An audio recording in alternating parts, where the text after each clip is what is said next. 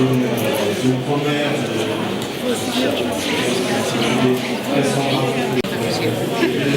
Non, c'est vrai que... Puis mon fils en fait pas.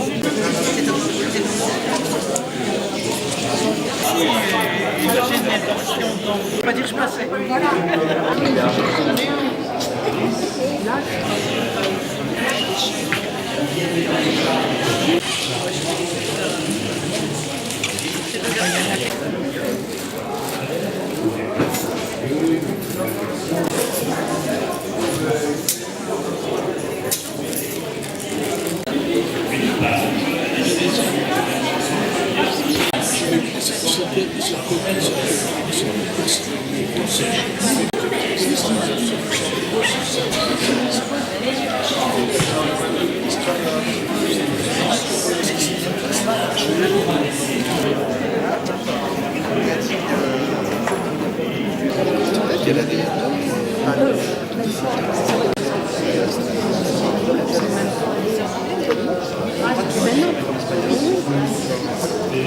Ouais, bah oui, puis il y avait Florence Castel.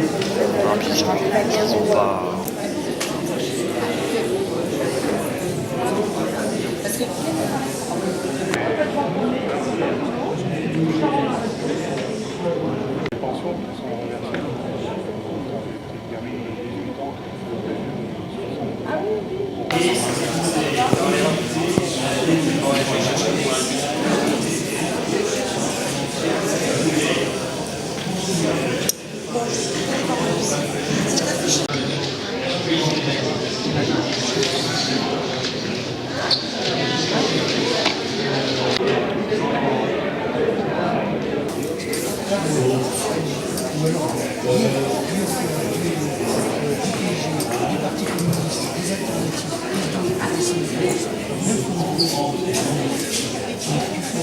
Ça renie ce qu'on dit, parce qu'on pense que c'est pas, on n'est pas d'accord avec la politique de Mélenchon et propos.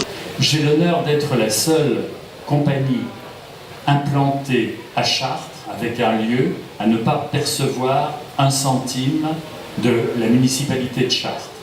La raison qui a été donnée de cet ostracisme par le maire, ça a été publié dans la presse, c'est « Ah ben oui, mais il critique ».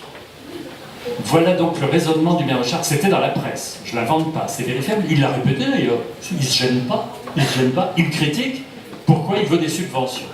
Donc ça veut dire qu'il a comme conception de la subvention, une subvention muselière. Vous fermez votre gueule ou alors vous n'avez pas un centime. Pas non, c'est pas comme ça que nous pensons la liberté d'expression et la liberté de création. Je regrette. Et je lui ai dit d'ailleurs, ne vous attendez pas à ce que je me mette à plat ventre devant vous, c'était dans la rue d'ailleurs, mais c'est pas parce que c'était dans la rue, je ne me mettrai pas à plat ventre devant vous. Je ne fais pas du théâtre pour ça. Je fais du théâtre pour proclamer, pour dire ce que j'ai à dire. Je le fais devant vous là aujourd'hui. Châteaudun, c'était leur modèle culturel. Je ne sais pas si vous voyez ce qui se fait là-bas, c'est le pire du théâtre commercial en fait, qui se fait là-bas. Donc on a malheureusement détruit à Chartres avec cet écran de fumée et cette politique de com qui fait croire que, comme le dit l'Écho, la culture ne connaît pas la crise en Eure-et-Loire. Je ne vais pas faire plus long parce que je veux qu'il puisse y avoir éventuellement dialogue. J'en aurais évidemment beaucoup à dire, mais je préfère qu'il y ait dialogue.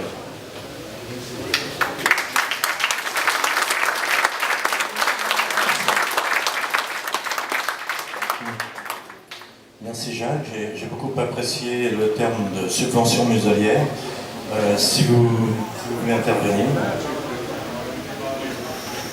Bernard Totet, adjoint à la culture sur Mobilier, et je voudrais, avec M. Borch, c'est que les attaques contre le mouvement social par rapport à la CGT sur ses locaux, et les attaques contre la culture, je vois pour de pair. C'est-à-dire quand on s'attaque au mouvement social et à la culture, on voit bien de quel côté penchent ces personnages. Ça rappelle des mauvais souvenirs. Alors moi, par rapport à Mobilier qui a des bonnes relations avec Jacques, c'est qu'on est dans une démarche aussi de faire un atelier pour les populations d'éducation pour les enfants, je qui est prêt à participer à la municipalité dans le cadre de son activité. Juste un mot pour que ça ne reste pas, que mon discours ne reste pas sur une note d'enterrement, parce que si je ferme le studio des EHPAD fin juin, faute d'être subventionné par le cynique maire de Chartres, ce qui est cynique, il m'a dit bah, débrouillez-vous, vous n'avez pas besoin de subvention, moi je suis un libéral, faites ce que vous voulez, c'est ça sa conception de la liberté. Comme si le théâtre d'art pouvait vivre sans aide. Alors nous avons instauré depuis 3 ans un partenariat avec la mairie de Mainvilliers, dont le maire est beaucoup plus réceptif à l'art théâtral que ne l'est le maire de Chartres. Nous avons déjà donné beaucoup de représentations dans la salle des fêtes, notamment Fedro Delbo, Agnès 68, récemment 1669, Tartuffe, Louis XIV, Raphaël Lévy, etc. Et nous avons mis à l'étude, ensemble, mairie de Mainvilliers et compagnie, l'ouverture d'un studio-théâtre à Mainvilliers. Moi, je défends beaucoup ce projet parce que ce serait merveilleux. Si vous voyez Mainvilliers, dans l'aile droite de la mairie, là, il y a une salle de classe qui ne sert que de dépôt. Donc j'ai proposé à la mairie de Mainvilliers qu'on ouvre là un studio-théâtre à horizon début 2013. C'est à l'étude et j'espère que ça pourra se réaliser parce que ça me paraît important que les... Enfin, en tous les cas, à titre personnel, j'en suis très reconnaissant parce que j'ai besoin d'un petit lieu, excusez l'image, pour pondre. Comme un oiseau a besoin d'un nid pour pondre, un homme de théâtre peut avoir besoin d'un petit lieu pour que la rêverie devienne, se concrétise quelque part, si vous voulez. Oui, je voulais revenir sur la lecture apportée à la démarche de Gorge sur le fait de refuser la subvention de la DRAC.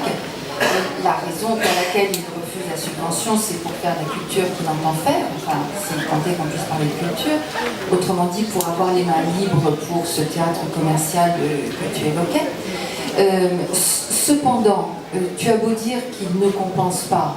Ok, on sait bien qu'il y a une question comptable, qu'il s'agit de mettre le moins d'argent possible. Malgré tout, le théâtre coûte cher, c'est-à-dire qu'il y a le lieu, il y a les salaires, etc.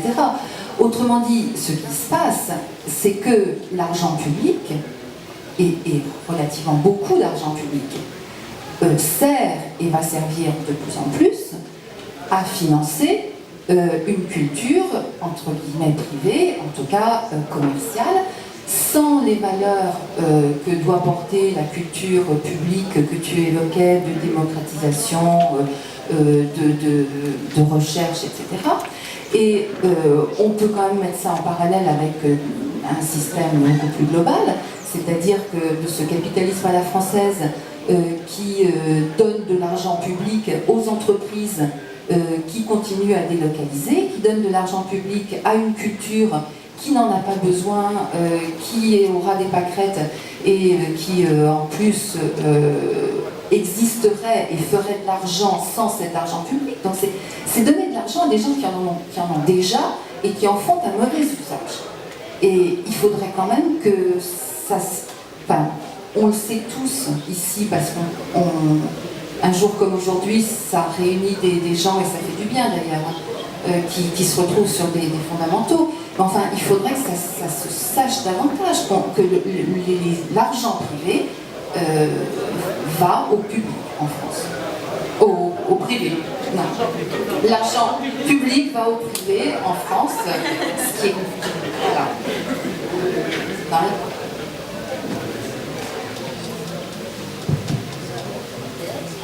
Effectivement, et pour compléter ce qui vient d'être dit, le fait que le maire de Chartres a dénoncé la convention avec le ministère répond à ses objectifs, mais répond aussi au fait que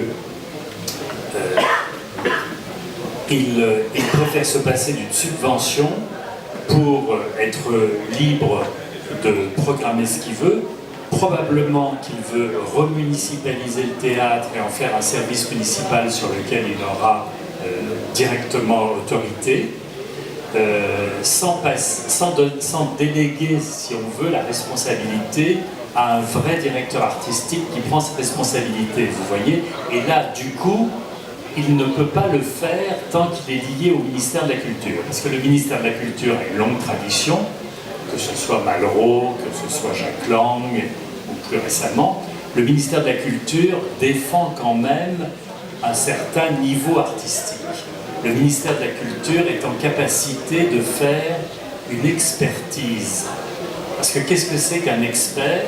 C'est quelqu'un qui connaît, pour le théâtre, c'est quelqu'un qui connaît, qui y va souvent, qui compare et qui peut dire ceci ça mérite d'être soutenu parce que ça a une valeur artistique, cela il vaut mieux ne pas le soutenir parce que ça n'a pas de valeur artistique. C'est le rôle des experts. Sinon il y a une sorte de nivellement, si vous voulez, qui se pratique partout, mais qui se pratique à Chartres, c'est-à-dire on subventionne tout et n'importe quoi, on ne fait aucune différence entre un travail médiocre, qui n'a aucune valeur artistique, et un travail, on ne veut pas voir une tête dépassée. Donc c'est ça aussi. C'est la haine des élites artistiques. C'est-à-dire, c'est pas pour créer une élite qui fait ça, le maire de Chartres.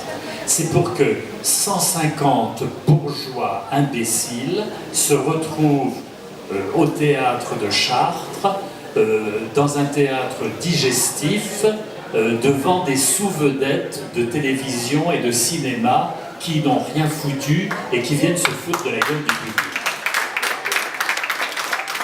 Parce que, et le maire de Chartres, il s'en fout que le public soit détruit. Parce que c'est vrai, le public est détruit. Quand vous allez au théâtre de Chartres ces derniers temps, qu'est-ce que vous voyez en fait dans la salle? Vous voyez, parce que moi je continue à y aller et à observer. Je suis curieux de voir comment les choses évoluent. En fait, il n'y a plus de public.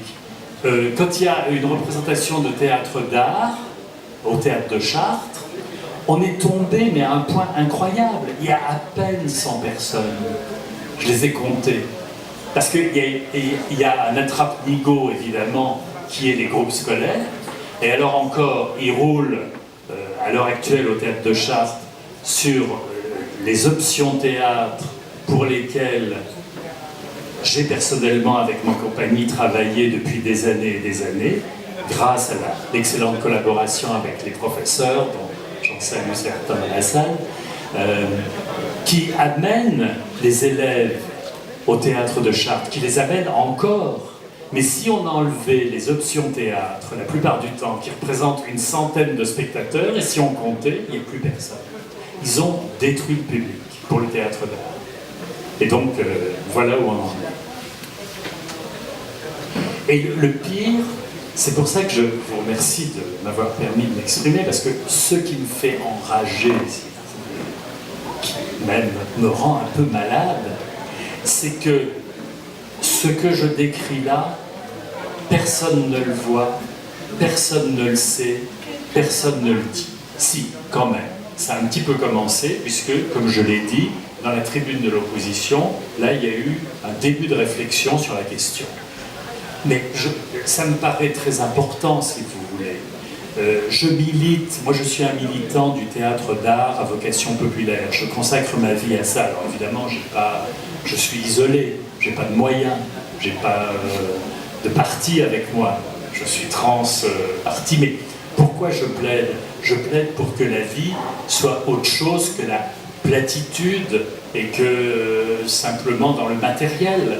Je plaide pour qu'il y ait une transcendance et que les gens puissent s'intéresser, puissent être mis en contact avec la poésie, la musique, le cinéma d'art, le théâtre d'art. Hier, par exemple, je suis en formation pour les ordinateurs, j'y connais rien. J'ai eu un formateur, il m'a dit son âge, il a 52 ans, qui est venu. Je bénéficie de ça gratuitement par le système d'aide à la formation qu'on a dans le milieu professionnel. Donc il m'initie à l'ordinateur, puisque mes moyens étant en régression, j'ai pas de secrétaire, j'ai pas d'administrateur, je travaille tout seul. Donc j'ai besoin de savoir un petit peu comment fonctionne un ordinateur. Je discute avec ce formateur et il me dit, il a 52 ans, il n'a jamais de sa vie, me dit hier, mis les pieds dans un théâtre. Il ne sait pas ce que c'est. Et c'est pas quelqu'un d'illettré. Il me forme à l'ordinateur. Il n'a jamais. Alors je lui dis, mais alors donc vous ne savez. Je lui ai fait répéter 2 fois. J'en croyais pas mes oreilles. Il dit, bah non, heureusement mon fils a été emmené par l'école, mais moi j'ai jamais été dans un théâtre, je sais pas ce que c'est. Ça existe, ça existe. Alors c'est ça, si vous voulez. Mais l'emmener voir, au fond, s'il n'a pas vu du théâtre pornographique, c'est pas grave. Hein. S'il n'a pas vu du théâtre commercial, c'est pas grave. Mais qu'il soit passé toute sa vie à côté, par exemple, de Shakespeare, de Molière, ça me chiffonne un peu. Donc, je crois que, si vous voulez, il y a un enjeu, je ne vais pas employer de grands mots, mais il y a un enjeu très fort de civilisation et de dignité humaine sur la défense des valeurs artistiques. De ça, des gens comme Emmanuel Rey ou Antoine Marder font un travail qui est digne. Bon, moi je trouve vraiment... Mais alors moi, ce qui m'embête, c'est qu'à Chartres, on n'a pas le choix. C'est-à-dire que des gens qui veulent approcher Beckett, Strindberg, Coltès ou même Jean-Claude Rimbert ne peuvent pas le faire. Ils sont obligés d'aller obligatoirement à Paris parce que sur place, rien à faire, c'est disparu du catalogue. Alors moi c'est ça qui m'agace le plus dans ce système. Moi enfin bon, évidemment, moi j'apprécie, j'ai toujours apprécié votre travail, d'ailleurs on se connaît depuis un moment, mais moi ce qui me gêne surtout c'est que le Chartrain n'est pas le choix. Parce qu'on sait qu'en dehors des petites pièces un peu ambiguës qui se jouent à droite à gauche, il y a quand même encore des auteurs de théâtre. Et les Chartrains ont le droit de les connaître, et les Chartrois ont le droit de les apprécier. Voilà. Et même les Chartrains qui n'ont pas les moyens d'aller à Paris toutes les semaines, payer des billets qui sont généralement assez chers. Voilà. Moi, c'est ça qui m'agace le plus. C'est que, bon, le théâtre qui est joué à Chartres n'est pas un théâtre qui est joué pour l'ensemble des Chartrains. Là encore, Chartres, le théâtre, c'est TF1. C'est TF1, voilà. Voilà. Alors, bon, bah, TF1, on en a déjà un. C'est quand même un peu emmerdant d'en reproduire un deuxième à l'échelon local. Ça va faire beaucoup. On va bientôt étouffer, ça commence déjà. Voilà.